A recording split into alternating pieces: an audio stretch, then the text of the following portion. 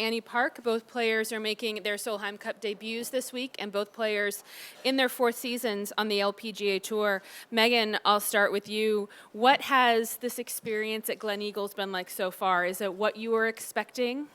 Definitely being here in Glen Eagles and being my first Solheim Cup, it's definitely everything and more that I imagined Solheim Cup being. It's super cool seeing people out there on practice rounds and like seeing all the junior kids walking around. Like, it's an incredible feeling knowing that it's only Wednesday and this many people are here. So I'm excited for the week. Annie, you've got two veterans in your pod here. We just had Lizette and Danielle in. I know you guys are rookies. A lot are being said about the rookies. You guys aren't rookies, but you are new to the Solheim Cup. What kind of advice have they been giving you, and what do you think you guys as rookies and the other four rookies here have to bring to the table here for Team USA?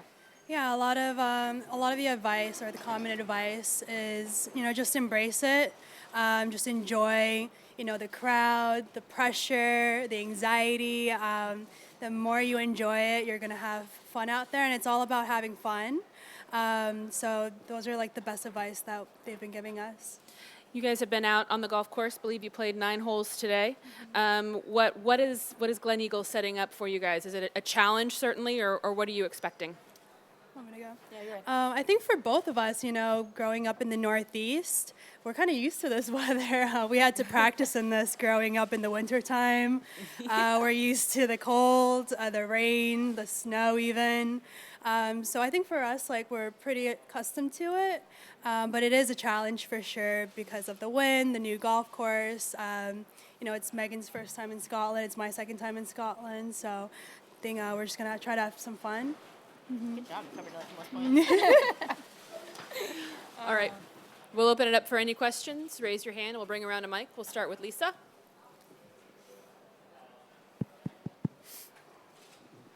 right. That microphone, please. Yep. Lisa, go ahead. No. Olivia's bringing the other one. I mean, I can yell. Hello? There you go. Continuing the theme on the golf course, you mentioned the winds, and obviously it's going to blow, but being out there, it's a golf course that has some elevated greens, a lot of forced carries. How difficult is that? Julie said yesterday it's definitely a second shot course.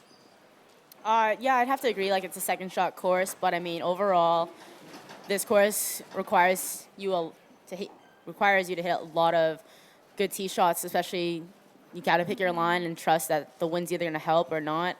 And it may be a second shot course, but it's going to be a challenge overall, in my opinion. Yeah, I think in the end of the day, it all comes down to putting. So whoever makes the most putts out there is probably going to have a good day. Next question, Brentley and then Beth Ann. Does this course, speaking of the course, does it kind of remind you more of what you'd see back in the States than what you may have expected, not having been to Scotland or having been here only twice? So definitely, when I first thought of Scotland, I thought more so of a links course. And then obviously when I came here and I saw Glen Eagles, it wasn't quite as links style. And I think in my opinion, I was kind of happy to see a non-links course because I know how challenging a links golf course can be. Especially when the wind does pick up. But overall, I think Glen Eagles is still going to be a treat, and we're still going to have to hit some solid shots to keep them in the fairway and on the green. I'd say growing up on Long Island, there's a lot of link-style golf courses. My home golf course on Long Island is Colonial Springs, very similar. Vescues, very windy. I spent the week there before coming here and played Friar's Head and the Bridge, and I'm just kind of prepare myself for the wind and a little bit of the style. And I think growing up, we're both pretty used to playing links golf courses in junior golf and amateur golf as well. So yeah, I would say definitely for sure. Beth Ann. Do you think it helps being a rookie, the fact that there are 6 rookies on the team? Does it help you to be a rookie considering there's so many other rookies on the team? Strength in numbers. You think? Okay. Yeah, for sure. It also helps having 6 veterans on the team as well. So there is some good balance. In the end of the day, we're all playing golf, the same conditions. We're thankful and grateful for having the veterans and Julie as our captain and the other Pat, Wendy, Nancy giving us great advice. It does help having 6 rookies on the team, but also veterans and some legendary players as our captains. Have you had any classic rookie moments where you just didn't know what was going on or made a classic mistake? It's like the whole round today. It was the whole round today. No, I mean, the veterans have been really good about laying out what the plans are and what to wear and stuff like that. So, again, thankful for the veterans of the great communication that they've been doing to make it a little easier on us. Overall, I mean, they're doing so much that we as rookies don't really have to think too much about it. And we just kind of have to read the text and just kind of wear what they tell us. Right. And I think it also helps being in a pod of having Oh. 2 veterans in our pod, making sure, 2 rookies of us, making sure, One-on-one. making sure we're, having the right outfits, making sure the right time. So it does really help the pod system in that way. So it'll be interesting this week. The gentleman right in front of you, and then over to Randall. Megan, I'm not sure if you saw. Did you see the very nice article about your parents on the Golf Channel website? Yes, about their journey Yeah. to the States. Can you just talk about how proud you are of it and what you knew about it when you were growing up? If I'm going to be honest, I did not know too much about my parents' history or of how they got to the States. I knew why and I knew the brief story, but when Randall Mel did the story on my family, I kind of got a deeper version of the story. And honestly, I'm so proud of my dad. I don't tell him enough. I'm his kid, so I'm not going to tell him enough. But I'm very proud of both my parents. My mom took a risk of having my dad quit his job to focus on golf and coaching myself. And it was a risk that she was willing to take. And if she hadn't been so willing, I probably would not be here today. I probably wouldn't be playing golf, and we would not be here. But overall, it was a family sacrifice. And because of this huge sacrifice that they both took, I'm able to do what I love. And my parents are here to travel with me around the world. And it's just an incredible journey up until this point, and we're still writing our story. Do you feel like you're representing more than just America now? You're representing the community and this great story, this great dream.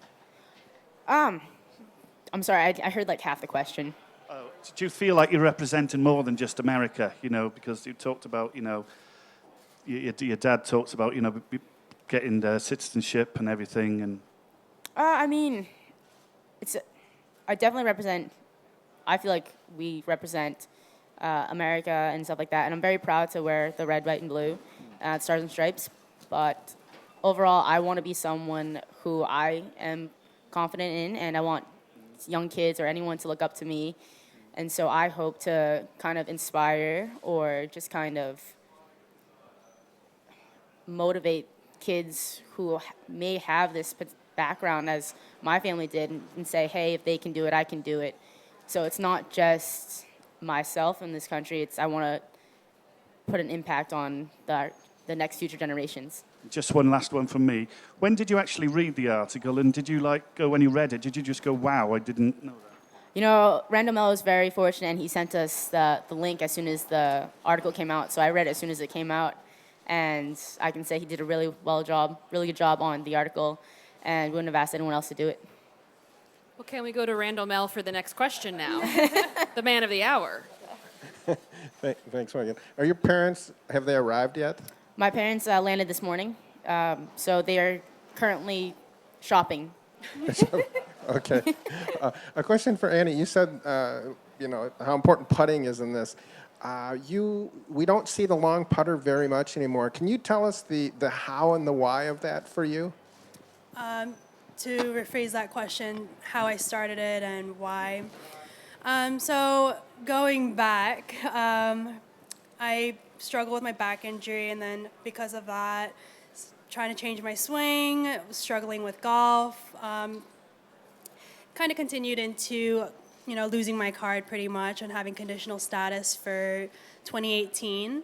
And to be honest, in 2017, I was going to quit golf. I was thinking about, possible other professions that I wanted to do. And then I was like, you know what? I'm just going to give this one last try. And so a friend recommended me, oh, why don't you try the long putter? So I tried it. I was very close in some of the Mondays, and thankfully in San Francisco I got in and got reshuffled, and then ShopRite happened. I was like, you know what? Maybe I'm okay at this sport. So that's kind of, the long putter for me was kind of the turning point in my career, I guess, just because I went from almost quitting golf to winning a golf event, and this week making it to the Solheim. So it's huge. Steve? You guys went from 5 rookies to 6 this week, and I just wondered about Allie coming into the team. Do you have any specific ways in which you embraced her, and what was the whole process like of her coming in? I mean, having Allie here was definitely fun. Having her here before we even knew the situation, it was definitely something that we all acknowledged, and we fully supported her coming in. We tried to make sure that she was part of our team already, and I think Allie is a great fit for the team, even if she was an alternate, but happy she's playing. I'm not, is it bummed, but it's unfortunate that Stacy had her back injury at this time, but overall I think Allie is going to step up to the occasion, and it's going to be a great event. Yeah, I mean, I feel for Stacy just because I've been in that situation 2 years ago and kind of went through it minorly in May, and so I know exactly what she's kind of going through, and it's tough, but I know Allie is also a great asset to the team. We're teammates for the Curtis Cup. We were partners, and we won our match then. So she is a great person. She has a great personality. Not only that, a great golfer. So we'll have a lot of fun this week with her. Beth Ann? Follow up on Randy's question. So why is it exactly that the long putter works technically for you? What is it that you like about it? Well, the longest time, long game was my strength, and going through the back injury, it took me a long time to figure out my new swing and how not to reoccur the flare-up. So just because my whole attention was on my swing, I wasn't really focused on my putting, and so just my whole golf game overall wasn't clicking, and going through the long putter, I kind of clicked on that instant. So not only that, but when I was struggling with my long game, my putting became my strength, and I feel like my long game is coming around, and so we'll see how this week goes and the rest of the year goes. Anything further? All right, we've got one in the back.